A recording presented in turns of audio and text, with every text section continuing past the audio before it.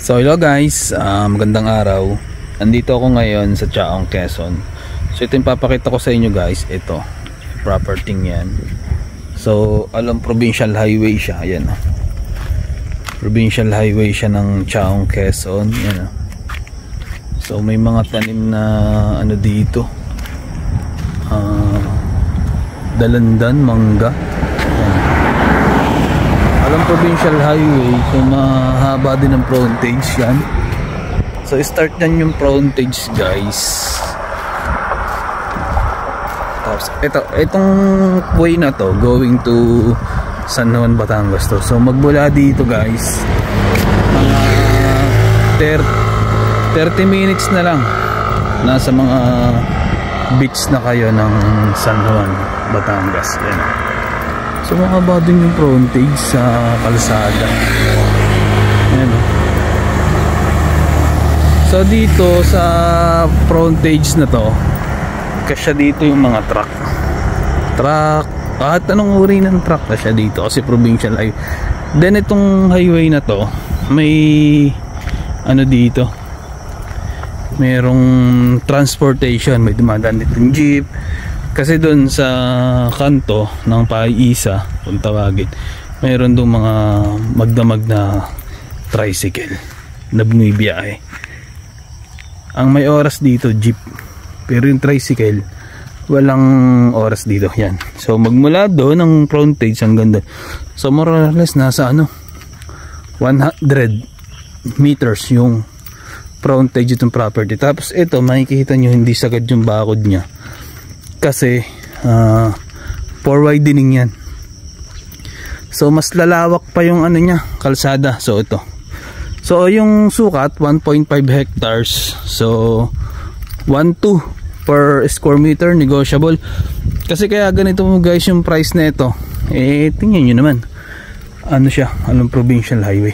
Then dito may view, hindi lang masyadong makita kasi maulap na yun yan alam, provincial highway siya. So titled siya, clean title. Yan. Okay. So maganda yung ano niya, yung lugar niya. Yan. So ito yung lugar niya guys. So naka gate. So try kong pasukin. Aray ko, pasukin ko dito. Yan. Yan yung mga tanim niya guys, dito sa loob ng property. Yan, mga dalandan. Madami dalandan.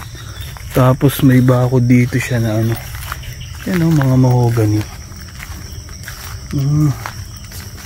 So pwede nang putulin yung mga mahogany dito kasi ano na, magaganda na.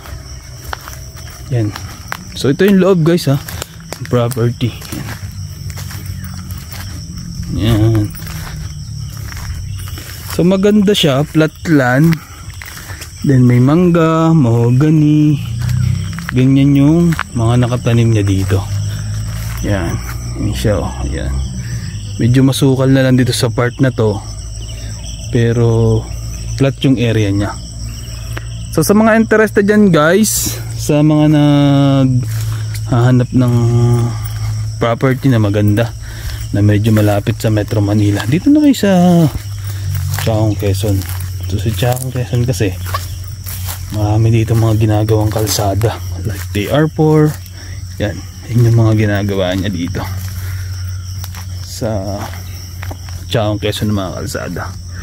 Then ulitin ko, 1.5 hectares, may titulo. So 1.2 per square meter, negotiable naman siya guys.